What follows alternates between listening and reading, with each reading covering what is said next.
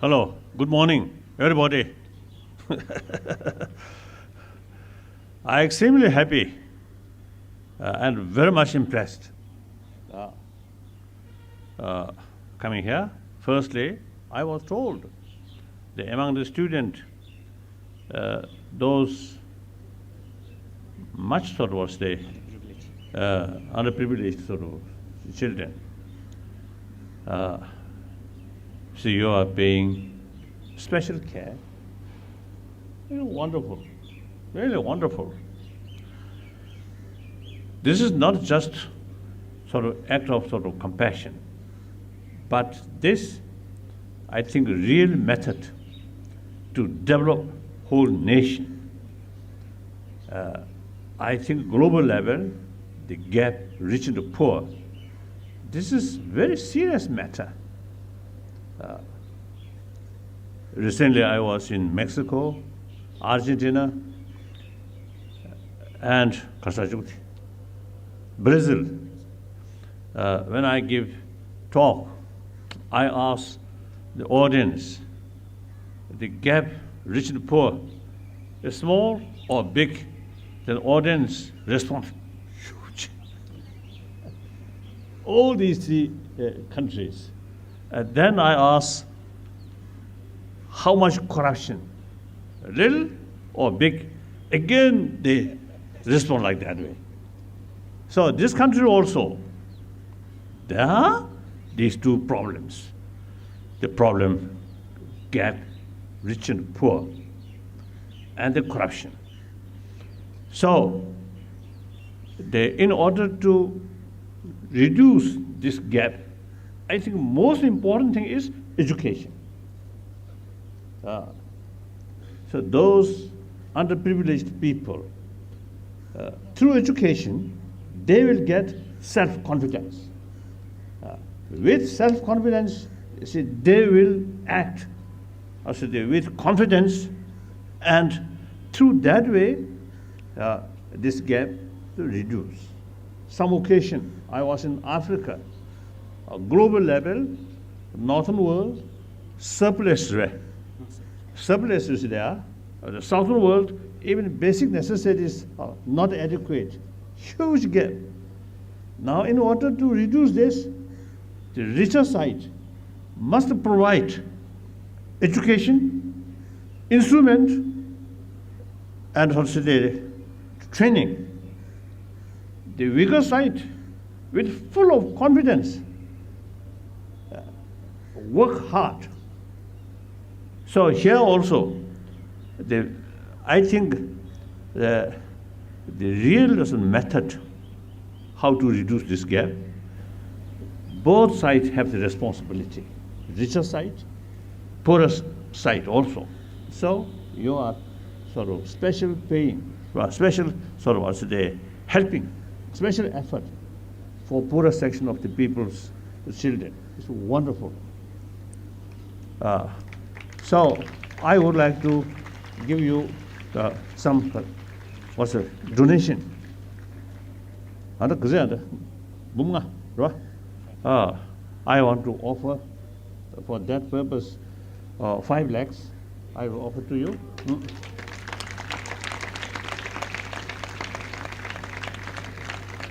Then also in future, please carry your work continuously. Hopefully, number should increase. Then accordingly, from my own writing, some what called royalty survey. Royalty. Now these days, I also get some money. So I will sort of donate as much as I can beside other sort of projects. This is wonderful, really wonderful. This is responsibility of everybody. You are implementing. The other people should support you like that. So I very much appreciate this one.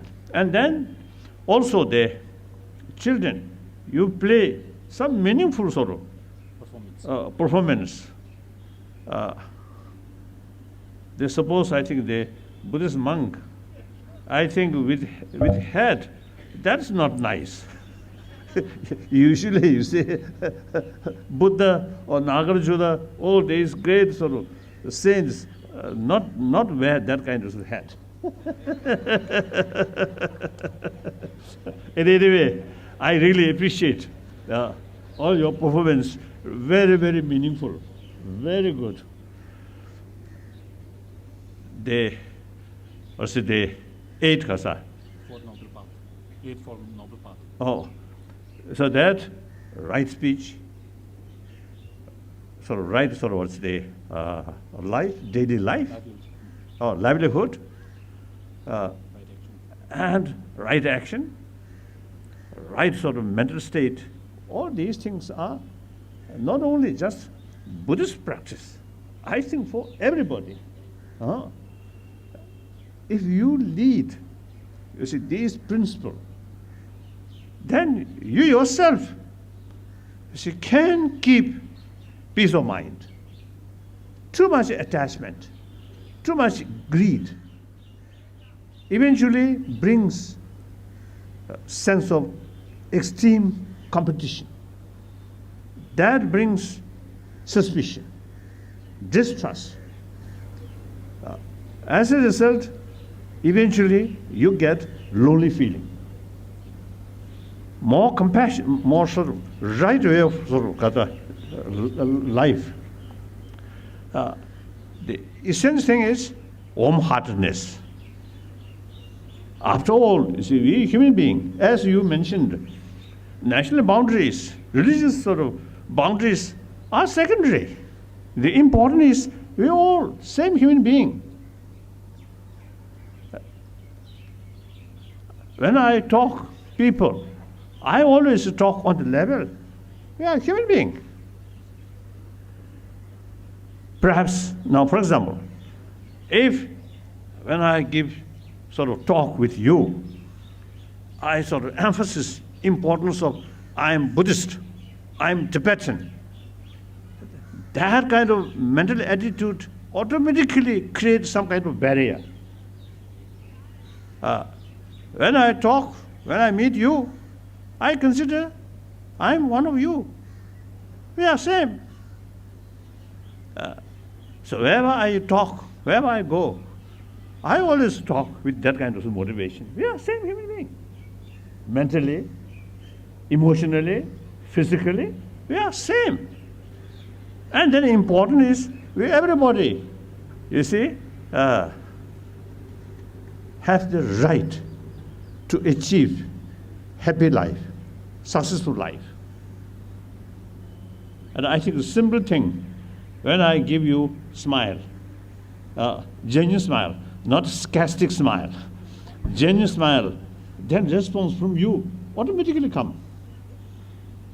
If you are keep the feeling we are same human being, if you keep the feeling I'm something different, then sometimes I give smile, but the response sometimes not the same way. So we human being, after all, social animal.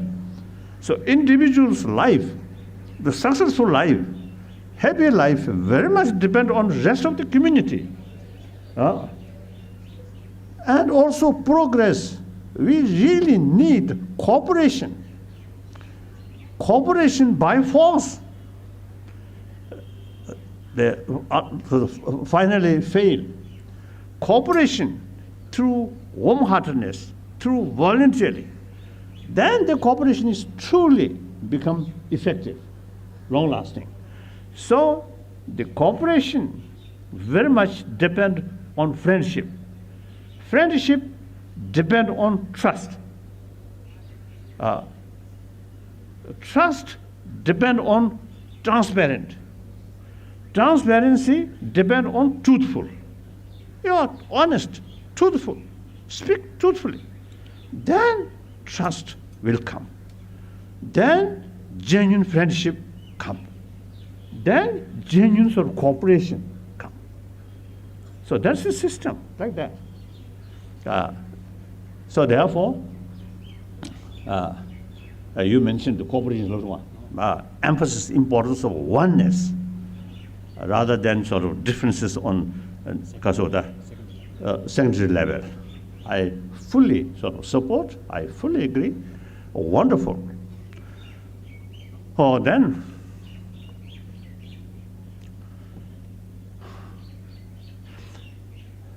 as a part of my own sort of introduction, I have previously 3 commitments. Now 2 commitments. That is, first commitment, promoting human happiness, happy life, successful life. We need some special effort because today many people felt happy life entirely depend on money, material value. Now it shows quite clearly among millionaires or billionaires, the money-wise, where money is concerned, very rich billionaire, but as a person, very unhappy person. I noticed in America, one day, one big university, they invited me to talk. From my hotel to that university, a little bit long. So the chancellor came to see me to my hotel.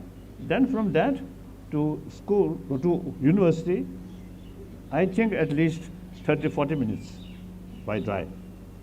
Then in the car,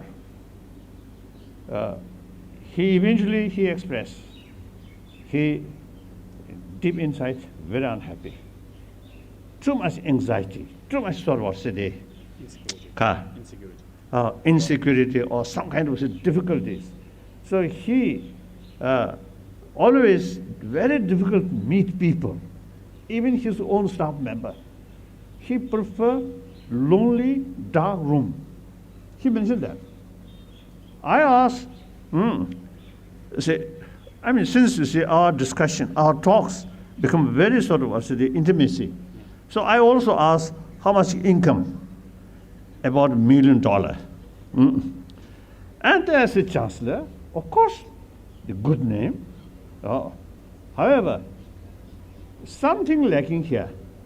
So as a person, unhappy person. So I took his hand, and then, you see, rubbing, you see his hand. Then I also, you see, express some sort of my own sort of difficulties or problems. Then, however, these problems, you see, much problem is our own creation. So ultimately, it depends on our own mental attitude. If we develop, if we adopt certain sort of kind of mental attitude, then no matter what problems, you can keep peace of mind.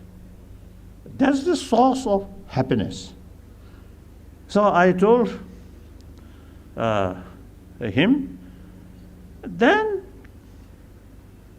within these about 30, 40 minutes, his face will change.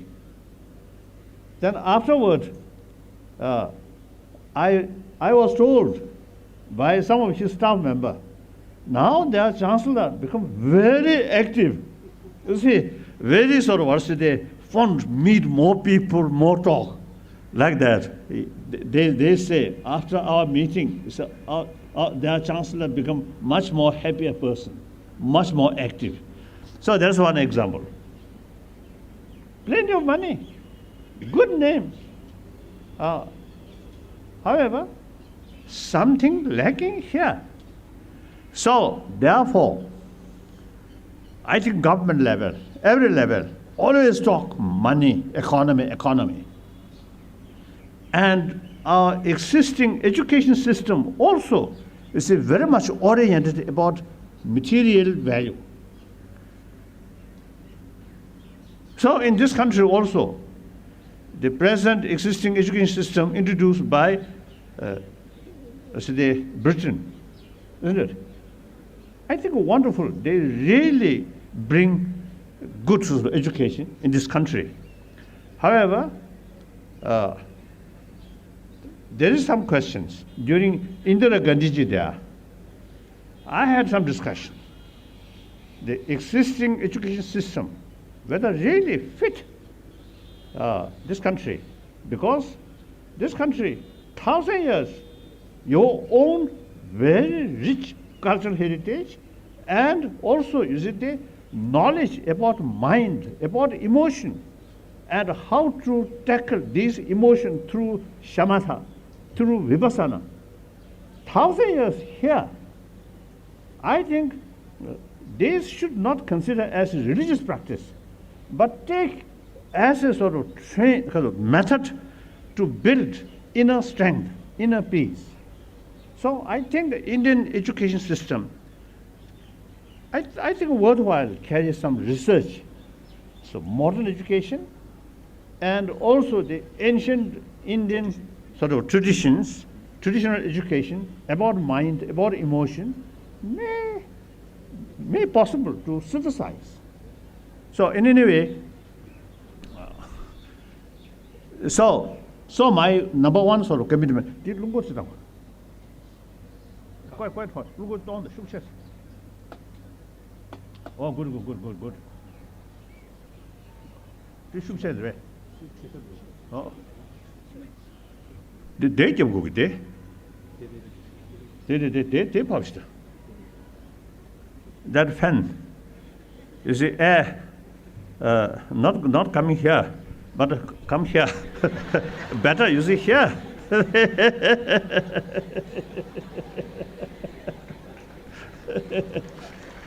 Oh, now good. So my number one sort of commitment is make awareness the one important factor for inner peace is within ourselves. Much should pay more attention about our inner value.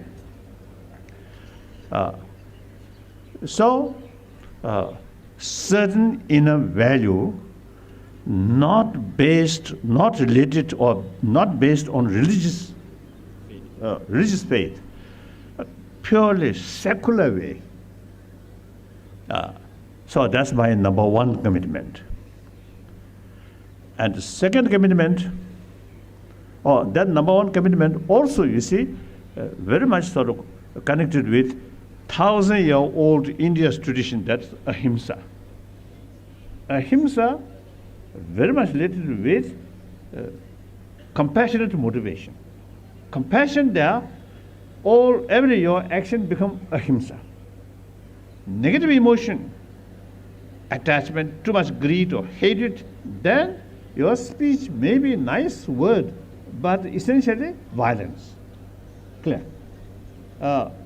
As I mentioned earlier, a sarcastic sort of smile, looks smiling, but you see, motivation is something different. Therefore, that also act of violence with sincere motivation.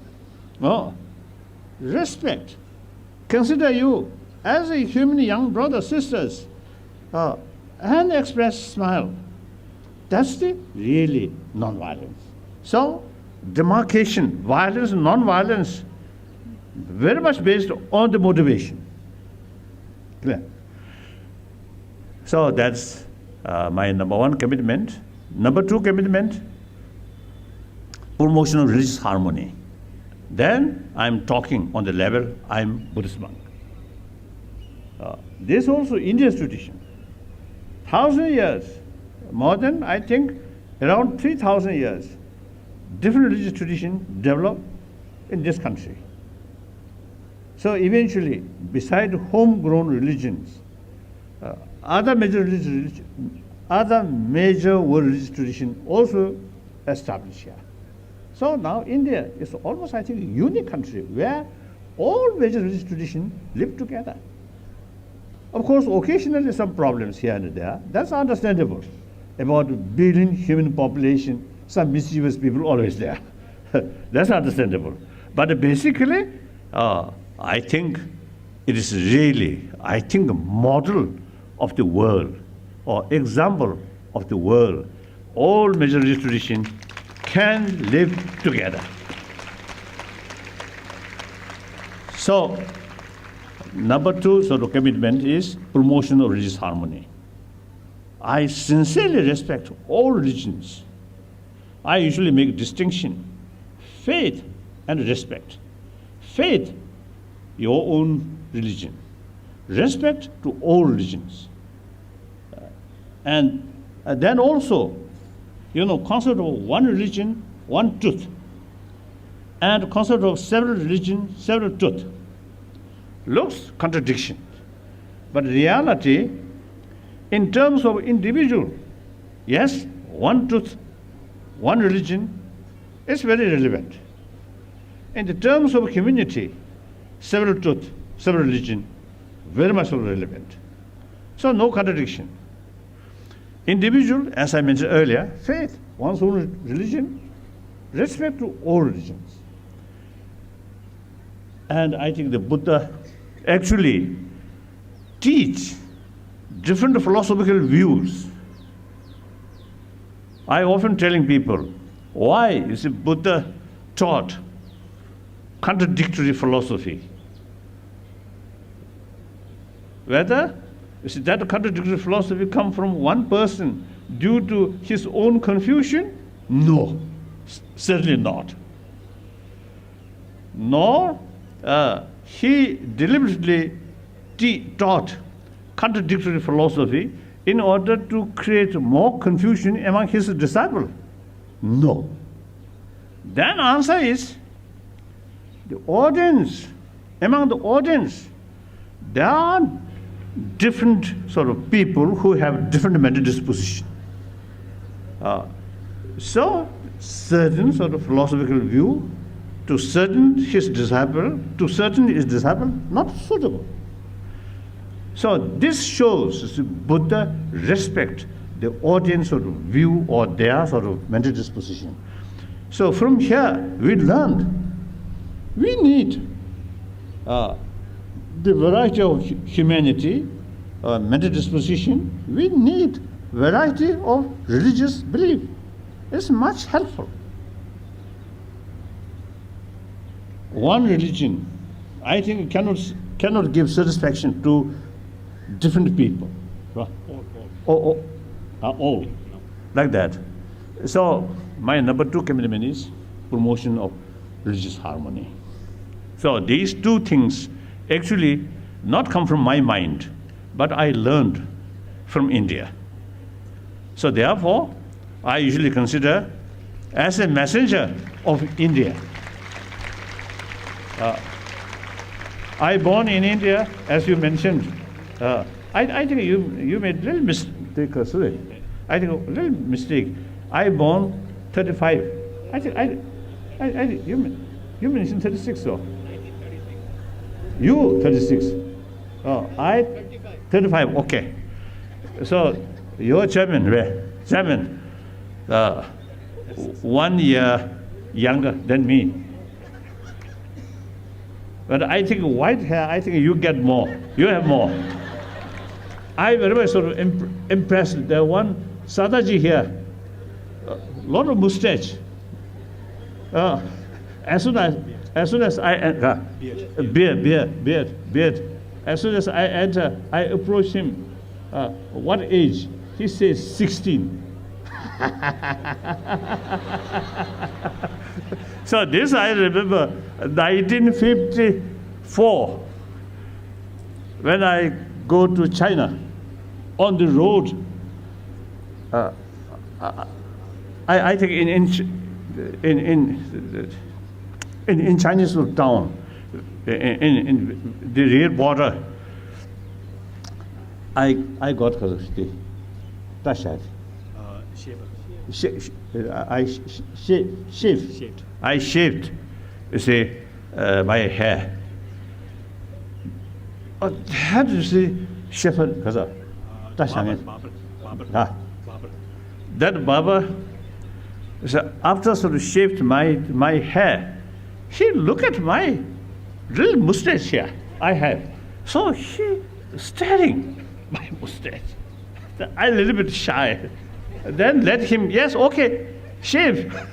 This first time shave, you see, my sort of, because of that.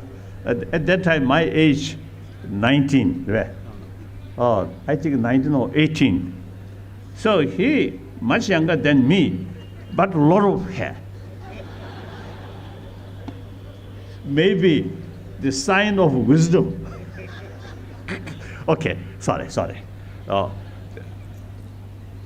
So, you, student, you really belongs to the 21st century. So 21st century, about 10 years past, the major portion of the century yet to come. So you are the generation who create better world. I think within this century, you can change the world. Better world, peaceful. Peaceful means compassion there, peace automatically come. Hatred, anger, suspicion there, peace cannot come. So cultivate basic human value, that's warm-heartedness, sense of responsibility, sense of global responsibility, and also sense of concern of others' well-being. So through that way, you can build new world, happier world. As you mentioned, border, these are not much of the importance. So we, humanity, about 7 billion human beings, we are same. So you can build new world. So that's my main sort of hope and main appeal to you. Please, in order to carry or say the effective role on this planet, education, I think firstly, vision is very important. And in order to achieve that vision, two things: wisdom, education, through education, wisdom, and also through experience. The wisdom means knows reality from all aspects. All aspects. That I can call wisdom. The things are relative. There are many different aspects. So in order to know the reality, we must look the thing through 4 dimensions or 6 dimensions. Through 1 dimension, we can't see the reality. So looking from all different aspects or dimension, then, and also, you see, when you observe things, when you analyze the thing, your mind must be very calm. Otherwise, you cannot analyze objectively. So, through that way, gain more knowledge, more holistic knowledge. That I can call, and then plus experience through experiment. That I can call wisdom. Then other side, determination, willpower. That very much depend on warm-heartedness. Warm-heartedness there, sense of concern of others' well-being. Then you can act transparently, nothing to hide. If you have self-centered attitude here, then sometimes you have to act hypocritic way, isn't it? Something different for motivation and showing different. If your heart open, sincere, truthful, then you can act transparently. That brings determination. That brings willpower. So wisdom and determination combined our vision can materialize. There is Tibetan saying, the 9-time failure, 9-time effort. This moment you carry study. Once you finish your education and then start real life, not easy. Lot of obstacles may face. So then, making effort, one obstacle come, then demoralize. Give up is wrong. Firstly, you analyze the thing, whether can achieve or not. Then, through analyzation, through investigation, it is possible to achieve. Say 50% achieve, right? Or 60%, 50, even 50%. Then make effort. Obstacle come. Once fail, still re-effort. Go like that. Then your life will be very, very successful life. Do you agree? What do you think? Okay. So that's my main talk. So we, generation who belongs 20th century, now put our hope on you, the 21st century's generation. Please think more, because of the holistic way, and analyze properly, then make effort, because of constantly. So India, as I mentioned, I consider messenger of India. I really feel proud. Then also, you see, these days I also used to describe myself as a son of India. The reason, one occasion, some Chinese reporter, overseas Chinese reporter, so one Chinese asked me, why you mentioned you consider as a son of India? Then I told, every particle of my brain filled by Nalanda thought. As you mentioned, 7-year-old, I began study. All those important texts which we learned by heart, it's Nalanda master's sort of writing. So every particle, my sort of brain, filled by Nalanda thought. Then this physical, last over 50 years, survived by Indian dals, Indian rice, Indian chapati. So therefore, I consider myself as son of India. This is nothing. This is the political motivation. It's fact. Clear. So I really feel I'm proud as a messenger of India, as a sort of son of India. Meantime, when I heard too much corruption, too much sort of negligence about the poorer section of people, then as a son of India, sometimes I feel a little shy.